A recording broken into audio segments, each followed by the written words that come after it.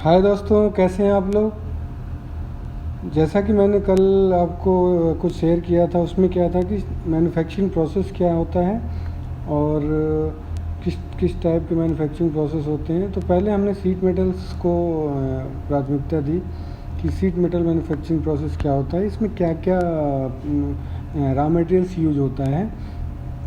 और raw materials के बारे में भी हमने पढ़ा कि सीआरसी होता है, एचआरसी होता है। सीआरसी का हमने डिटेल पढ़ा।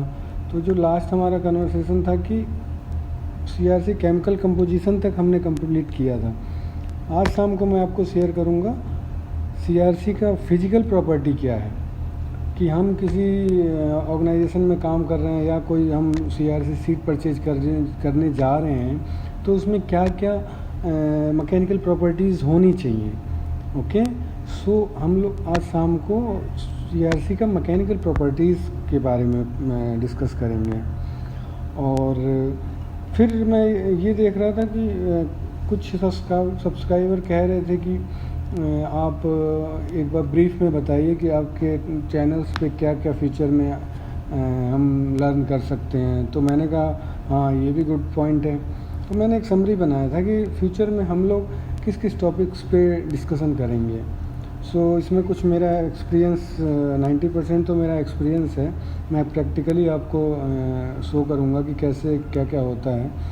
तो फर्स्ट हम ना मैन्युफैक्चरिंग प्रोसेस के बारे में क्लियर करेंगे। ओके, एंड उसके बाद हम टाइप ऑफ रॉ मटेरियल, किस मैन्युफैक्चरिंग प्रोसेस में क्या क्या रॉ मटेरियल्स यूज हो रहा है, लाइक मशीनिंग में किस टाइप का रॉ मटेरियल्स यूज करते, सीट मेटल में किस टाइप का रॉ मटेरियल्स यूज करते, प्लास्टिक मोल्डिंग में किस टाइप का रॉ मटेरियल्स यूज करते।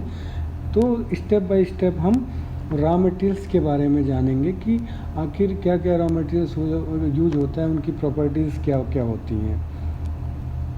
फिर उसके बाद हम टाइप ऑफ इंस्पेक्शन देखेंगे कि किसी भी इंडस्ट्रीज़ में अगर मैकेनिकल पार्ट्स मैन्युफैक्चरिंग हो रहा है, सो उसमें हम उसका इंस्पेक्शन कैसे करेंगे। इंस्पेक्शन मेन है, क्योंकि कस्टमर सेटिस्फेक्शन तभी होगा जब हम अपना मैन्युफैक्चरिंग प्रोसेस कंट्रोल करेंगे और फिर अपना क्वालिटी कंट्रोल भी हमें देखना होता है। मैन्युफैक्चरिंग कंपनीज़ में हम इंस्पेक्शन के बारे में जानेंगे। फिर टाइप्स ऑफ प्रॉब्लम्स कितनी आती हैं मास प्रोडक्शन में, कि किस किस टाइप की प्रॉब्लम्स आती हैं और उसका रिजोल्यूशन कैसे, हम उसको परमानेंट करेक्टिव एक्शन कैसे लेते हैं, उसके बारे में सीखेंगे। प्रॉब्लम सॉल्विंग टूल्स के बारे में जानेंगे, क्योंकि प्रॉब्लम सॉल्विंग टूल्स तो मोस्ट इम्पॉर्टेंट है। प्रॉब्लम सॉल्विंग टूल्स के बारे में हम डिटेल में पढ़ेंगे। क्वालिटी मैनेजमेंट सिस्टम की क्या क्या रिक्वायरमेंट है, जो QMS है हमारा, उसमें 2015 के रिवीजन में वो 2015 रिवीजन एक्चुअली क्या कह रहा है और मेजर चेंजेस क्या हैं 2008 वर्सेस 2015। ओके, ये हम लर्न करेंगे। और चेकलिस्ट क्या क्या होती हैं QMS डॉक्यूमेंटेशन में। अगर आप किसी QMS सर्टिफाइड कंपनी में हो और अपने सप्लायर का ऑडिट करने जा रहे हो और सप्लायर का भी QMS सर्टिफिकेशन है, तो आप किस किस टॉपिक्स, किस किस एरियाज़ को कवर करेंगे कि ये QMS की रिक्वायरमेंट फुलफ़िल कर रहा है कि नहीं कर रहा है। ओके, QMS के बारे में जानेंगे। कोर टूल्स के बारे में जानेंगे, जैसे कि आप जानते हैं कोर टूल्स का आज के टाइम में बहुत डिमांड है। QMS प्लस कोर टूल्स का नॉलेज प्रैक्टिकली प्लस थ्योरेटिकल होना चाहिए। फॉर्मुलेशन क्या क्या यूज होता है ये हम जानेंगे। Core tools means APQP, PPAP, FMEA, SPC and MSA, ये सब कोर टूल्स हैं। उसके बारे में भी हम सीखेंगे। IATF अवेयरनेस देखेंगे। IATF में जो मेजर चेंजेस हुआ है with respect to ISO TS 16949, तो क्या क्या चेंजेस हुए हैं और उसकी चेकलिस्ट के बारे में हम देखेंगे। फिर एडिशनल क्वालिफ़िकेशन क्या क्या हम कर सकते हैं कि हम इंडिया में as well as middle east में अपने कैरियर को ग्रो कर सकते हैं। उसके बारे में भी मैं बताऊंगा कि मिडिल ईस्ट में किस किस टाइप की क्वालिफ़िकेशन रिक्वायरमेंट होती है मैकेनिकल इंजीनियर्स को, तो ये मेन मैं बताऊंगा। उसके बाद थोड़ा सा मैं लास्ट में एकदम बताऊंगा कि how to find a job in Middle East in genuine way, क्योंकि यहाँ लॉट ऑफ फेक एजेंट्स हैं, फेक कंसल्टेंट्स हैं, तो आपको कैसे जेन्युइनली अपनी जॉब को सर्च करना है वो मैं हल्का गाइड करूँगा। ये मेरा पास्ट 13 ईयर का एक्सपीरियंस है एंड ये आपको मैं बताऊँगा किस वे में आप सर्च कर सकते हो और कैसे पा सकते हो। ये तो मैं एकदम लास्ट में करेंगे, पहले हम स्टडी करेंगे जो जो टॉपिक्स मैंने बताया। फिर 6 सिग्मा की अवेयरनेस हम करेंगे कि लीन मैन्युफैक्चरिंग क्या होता है, 6 सिग्मा का रोल क्या होता है, ओके। पीपीएम लेवल क्या होना चाहिए, 6 सिग्मा, 5 सिग्मा, 4 सिग्मा, ये सारा हम पढ़ेंगे।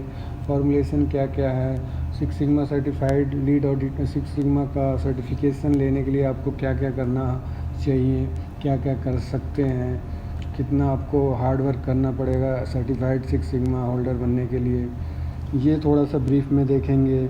फिर मेन है supplier system and process audit.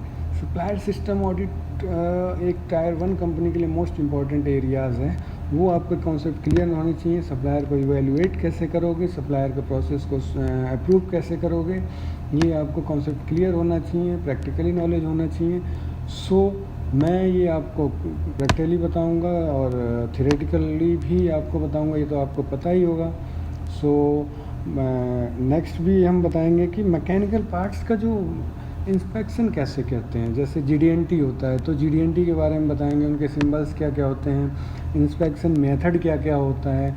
क्योंकि किसी भी इंडस्ट्री में अगर पार्ट मैन्युफैक्चरिंग हो रहा है तो एज पर ड्राइंग ओके है कि नहीं है, वो हम इंस्पेक्शन के थ्रू ही कंफर्म करते हैं कि पार्ट यूजेबल है और रिजेक्ट है।